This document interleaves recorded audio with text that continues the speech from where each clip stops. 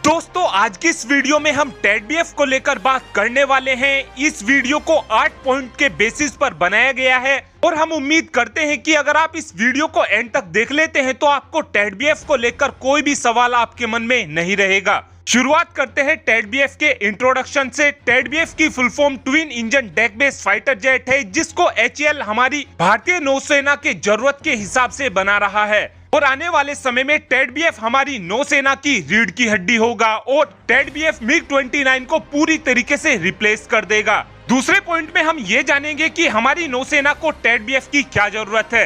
दरअसल हमारी नौसेना के पास 42 की संख्या में MiG-29 फाइटर जेट मौजूद हैं। पहले ये संख्या 45 होती थी, लेकिन इसमें से 3 MiG-29 के क्रैश हो चुके हैं, जिस वजह से अब ये संख्या 42 रह गई है। जैसे जैसे MiG-29 पुराने होते जा रहे हैं, ऐसे ही इनमें दिक्कतें ज्यादा आनी शुरू हो चुकी है। फिलहाल हमारी नौसेना 2 एयरक्राफ्ट कैरियर को ऑपरेट करने वाली है। जो हमारा पहला एयरक्राफ्ट कैरियर है, उसके ऊपर 2 स्क्वाड्रन फाइटर जेट की तैनात रहती हैं। एक स्क्वाड्रन में 18 फाइटर जेट होते हैं और जो हमारे एयरक्राफ्ट कैरियर पर 2 स्क्वाड्रन फाइटर जेट की तैनात रहती हैं, उनका इस्तेमाल 2 अलग कंडीशन में किया जाता है। पहला इस्तेमाल तो जब किया जाता है जब हमारा किसी देश के साथ कोई युद्ध नहीं होता है, और दूसरी स्क्वाड्रन को जब एक्टिवेट किया जाता है जब हमारा किसी भी देश के साथ युद्ध हो रहा हो। लेकिन आप कहेंगे कि हमारे पास तो फिलहाल 42 की संख्या में MiG-29 फाइटर जेट मौजूद हैं, तो हम राफेल मरीन को क्यों खरीदना चाहते हैं?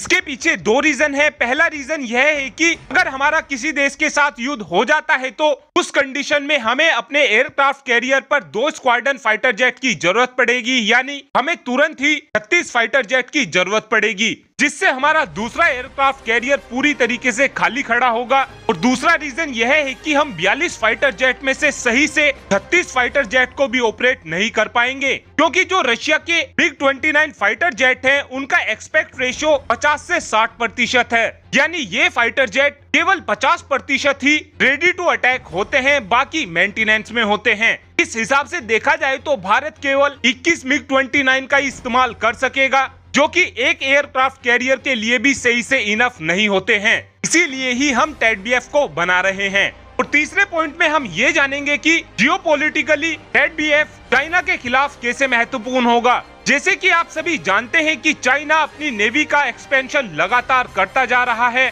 और चाइना का ये एक्सपेंशन भारत के लिए बड़ी दिक्कत खड़ी करने वाला है। और टेडबीएफ फाइटर जेट के आते ही हम नेवल फाइटर जेट में चाइना के बिल्कुल बराबर आ जाएंगे। और दूसरा, फिर हम चाहे जितने भी एयरक्राफ्ट कैरियर बनाएं, उन पर हम अपने देसी टेडबीएफ का ही इस्तेमाल करेंगे, जिससे चाइना के ऊपर अच्छे से प्रेशर बनाया जा सके। चौथे पॉइंट में हम बात करेंगे कि टेडबीएफ के डिले होने का रीजन क्या है। टेडबीएफ के डिले होने के पीछे यह कारण है कि हम अपने फाइटर जेट को टॉप नॉच क्वालिटी का बनाना चाहते हैं, क्योंकि फाइटर जेट वो हथियार होता है जिसको बनाने में अगर थोड़ी भी जल्दबाजी कर दी जाती है तो हाल बिल्कुल चाइना के J-20 जैसा हो जाता है। चाइना के J-20 को अगर देखा जाए तो चाइना ने अपने J-20 को काफी तेजी से बनाया है, जिस वजह से J-20 में ऐसी दिक्कतें आ रही हैं जिनको चाइना के इंजीनियर खुद भी सोल्व नहीं कर पा रहे हैं। और अब से कुछ ही दिन पहले चाइना के J-20 फाइटर जेट ने काला धुआं तक छोड़ना शुरू कर दिया था। इस बात से अब आप खुद ही आइडिया लगा सकते हैं कि भारत अपने टेडबीएफ को लेकर बिल्कुल भी तेजी नहीं करना चाहता है। भले ही हमें थोड़ा समय ज्यादा लग जाए, लेकिन जो हमारा टेडबीएफ होगा वो बिल्कुल टॉप नॉच क्वालिटी का होगा।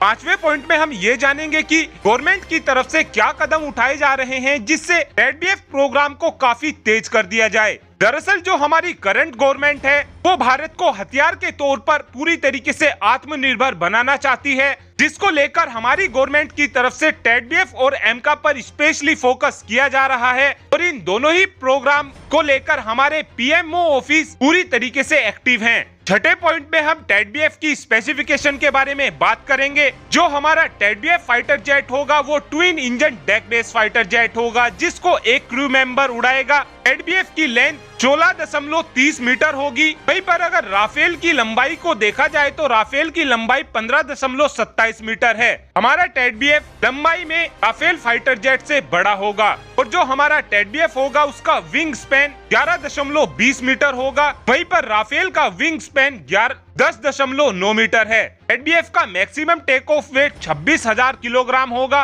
और टेडबीएफ के अंदर उत्तम ऐसा रडार लगा होगा जो कि 900 TR मॉड्यूल के साथ आएगा और ये रडार इतना ज्यादा पावरफुल होगा कि ये एक बार में 60 से 100 टारगेटों को डिटेक्ट कर लेगा और इस रडार की रेंज 150 किलोमीटर से 200 किलोमीटर होगी। टेडबीएफ की स्पीड 1.6 मैक होगी, यानी हमारा टेडबीएफ 1975 किलोमीटर प्रति घंटा की रफ्तार से उड़ सकेगा और टेडबीएफ की सर्विस सीलिंग 60,000 फीट होगी, यानी हमारा टेडबीएफ 60,000 फीट की ऊंचाई तक उड़ान भरने में सक्षम होगा। टेडबीएफ के अंदर फोल्डेबल विंग आने वाले हैं। टेडबीएफ short take off but arrest landing के साथ आएगा।